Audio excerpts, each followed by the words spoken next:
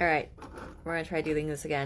All right, I'm going to attempt to explain sulfation using Lego Pokemon here. And again, this is trying to simplify detoxification. I lost Charmy. Simplifying detoxification so that it's easier to understand and easier for you to understand why we do certain therapeutics the way that we do. Okay, again, this is not a perfect analogy because Legos don't work the way that biochemistry does, but pretend this is the thing that you want to get rid of through the sulfation process, right? And with sulfation, you need sulfate. You need like a PAPS donor as a cofactor to be able to like get rid of this thing. So you conjugate this through sulfation, right? And then this can get carried out through your intestines, and then you've gotten rid of it.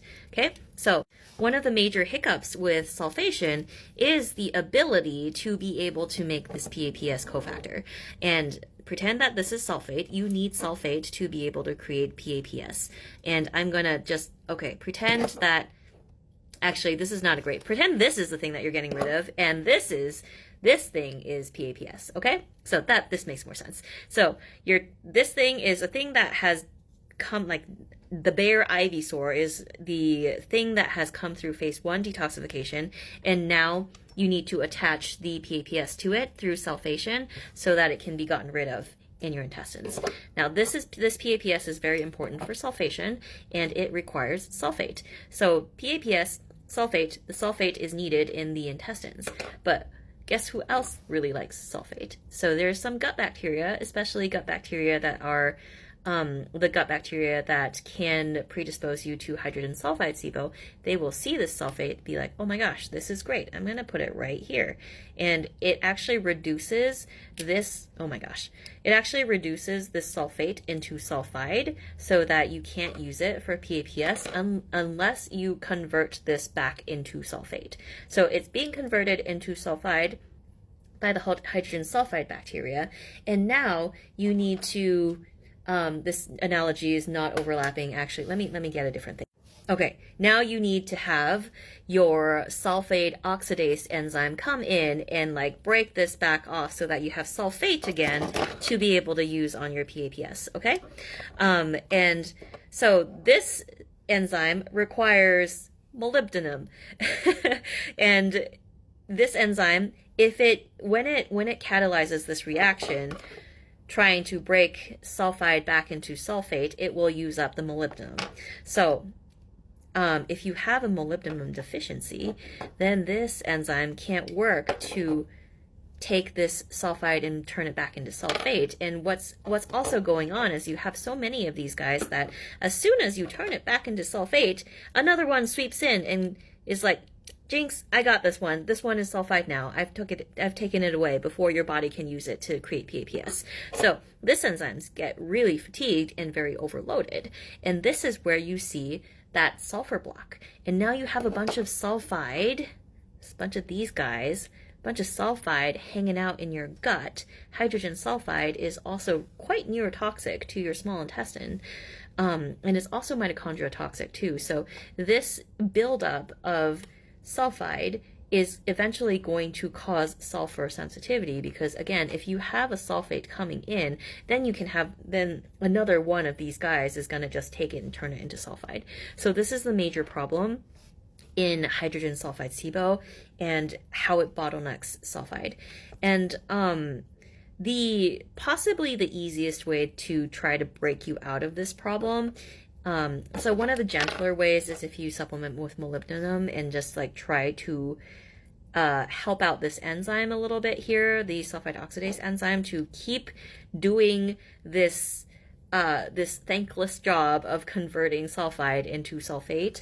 You can do that and it will help to an extent, but if your population of hydrogen sulfide bacteria is so high, probably the one therapeutic that will have the most impact is to get rid of this population, or at least lower it while supporting this enzyme so that you can go ahead and make the PAPS in order to help that detoxification process.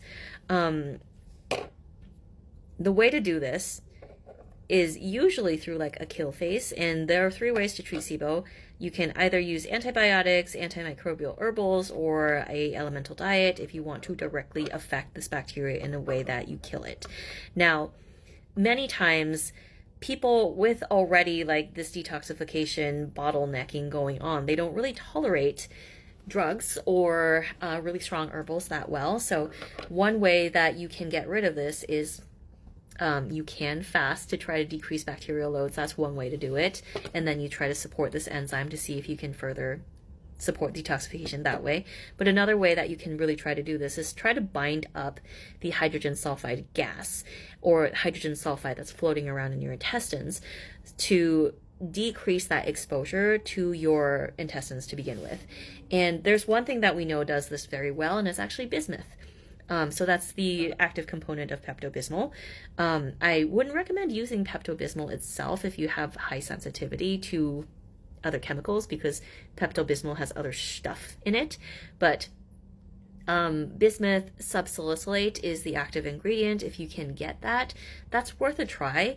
If you have salicylate sensitivity, which often is the case when you have like a gridlock with your sulfation, because sulfation, this PAPS process, also is the one that's in charge of detoxifying salicylates. So if you have salicylate buildup because you cannot detoxify, very often you will become intolerant to salicylates. So if this is the case, then maybe you want to try like a bismuth that's conjugated with something else, like a bismuth subnitrate or simple bismuth citrate as well. And this can get a little bit complicated based on your individual sensitivities, but if bismuth is tolerable, bismuth will bind hydrogen sulfide. So that's one thing. If bismuth doesn't work, then sometimes modified citrus pectin as a very weak binder can also help. And this might be the case where like you try to get this guy from multiple angles, where you're trying to both bind its production, trying to outcompete it, or trying to kill it off, both in little amounts, so that there's at least some sort of cumulative effect on decreasing the population of this guy. And maybe you try to support this enzyme a little bit more through supplementation of its cofactors like molybdenum and perhaps other B vitamins. You can also, from like a separate perspective, support other detoxification pathways like your glucuronidation, so that you can make sure that other detoxification pathways are at least open to a certain degree. That way there's not as much burden on sulfation. So I know this also got complicated. I really hope that this simplified things somewhat.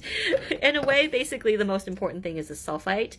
Sulfate is important in sulfation, and sulfate continuously gets changed into sulfide because of the bacteria that may be present in your gut, and you have to change it back every time, and every time it is changed, it's like this tug-of-war between your enzymes and your gut bacteria, and you have to make sure that you're winning the tug-of-war is essentially what's happening with sulfation and the obstacles with sulfation. So hopefully this helped.